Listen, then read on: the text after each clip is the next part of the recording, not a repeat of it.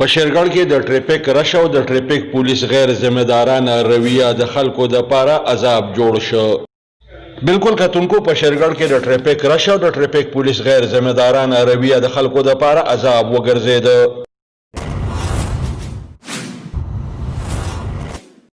د ټریفیک ټیوز د چالان په لالچ کې گاڑی د سړک په منځ کې ودرې او چالان ورکړي.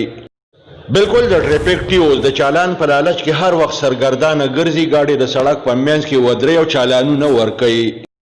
د ټریفیک پولیس دغه هرس د وجه اکثر روډونه بند دي. پرش کې اکثر امبولانس هم ګیری شي او په دغه امبولانسو کې د مرګ او ژوند په کشمکش کې مبتلا مریضان بې یار او مددگار پراته وي. کتونکو تاسو په سکرین باندې په دې تصویر کې وینئ چې په رش کې د ریسک یو 1112 یو امبولانس گیر شوی دی او ولاړ دی.